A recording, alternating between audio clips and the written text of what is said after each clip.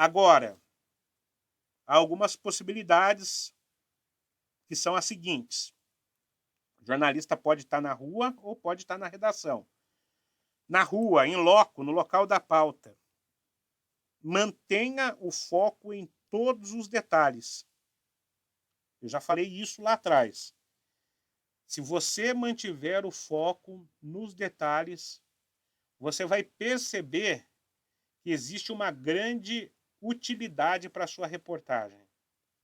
Porque os detalhes irão fazer toda a diferença. Os detalhes podem mudar o destino da sua reportagem. Então, fique atento aos detalhes. São os mais variados possíveis e, ao longo da sua prática jornalística, você vai perceber que, no local da pauta, eu tenho muito mais subsídios, eu tenho muito mais recursos, visuais inclusive, do que na redação.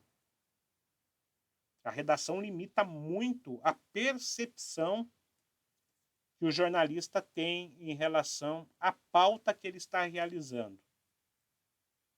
Então perceba, por exemplo, Bolsonaro, todo mundo sabe, é um tema batido já, mas estava aglomerado e sem máscara naquele primeiro exemplo que eu dei lá atrás.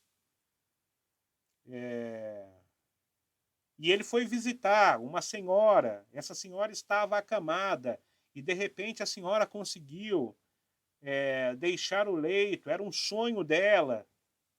Então são histórias que a gente vai contar através de detalhes, porque isso realmente... Mas por que o Bolsonaro foi visitar a senhora? Ah, porque na equipe em que fazia o apoio dele, havia uma pessoa do helicóptero de apoio da equipe que era de Caçapava. E o sonho dessa pessoa era conhecer o Bolsonaro. E isso chegou até os ouvidos do Bolsonaro, e o Bolsonaro desceu ali e decidiu visitar essa senhora que estava acamada. E nos detalhes a gente pode contar, pode tentar ouvir essa pessoa que deu o start para que isso acontecesse. Duas coisas. Você precisa gravar a coletiva. E se for o caso aqui, porque muitas vezes a gente vai para uma matéria e o que acontece? A gente já tem agendado com o entrevistado para depois da coletiva. Isso acontece no futebol, acontece na política. O Paulo Guedes, por exemplo, deu uma entrevista coletiva no Ministério da Economia, mas ele pode atender a reportagem depois numa entrevista exclusiva. Basicamente, a recomendação é para que haja a gravação da entrevista coletiva.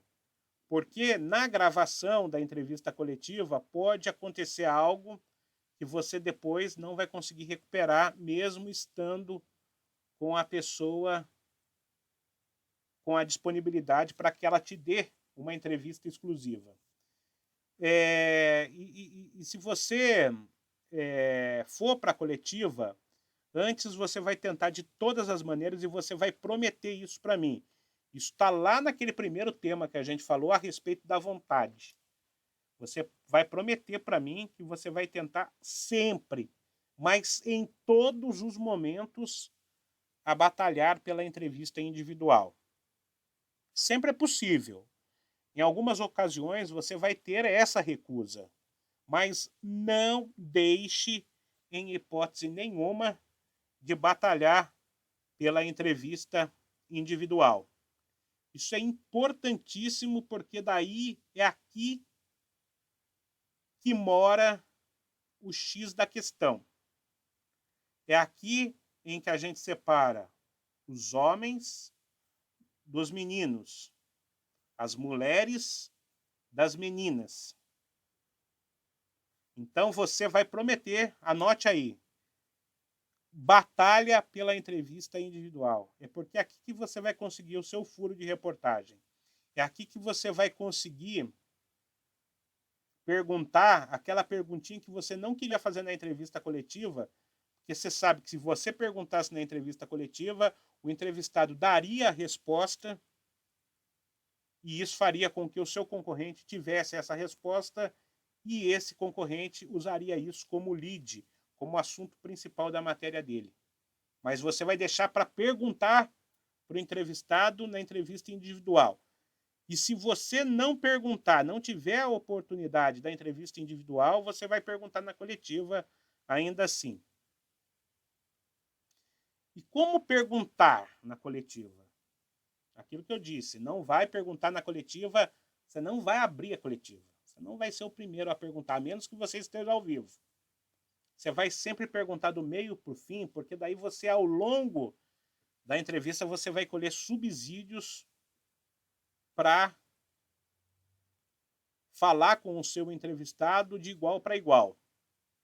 Por isso que você tem que fazer aquela pesquisa que eu falei. Coleta de dados, estuda a pauta e elabora as perguntas. É tudo uma sequência lógica. E você vai perceber isso com a prática do jornalismo no dia a dia. Mais uma situação.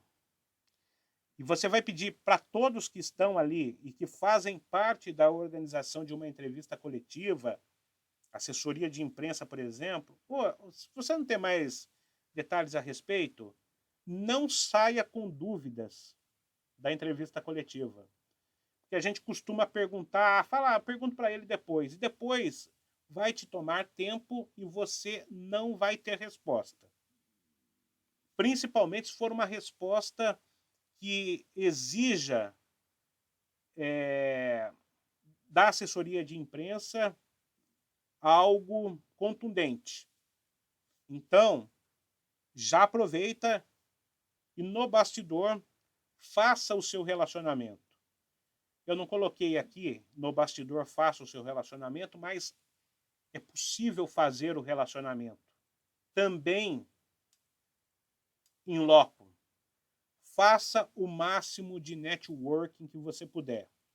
Tenha o máximo de relacionamento, colha telefones, endereços de e-mail, enfim, o que você puder para você estreitar o relacionamento e pavimentar a sua caminhada para fazer jornalismo com credibilidade e para fazer jornalismo de autoridade, com autoridade.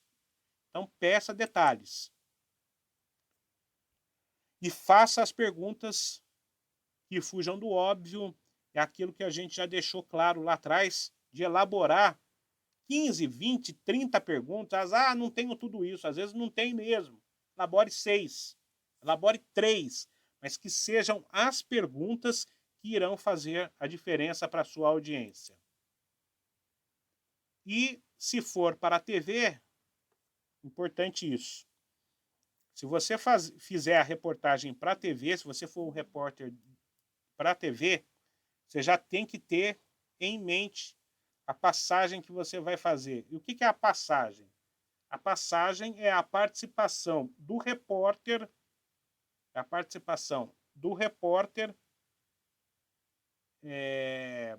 na matéria.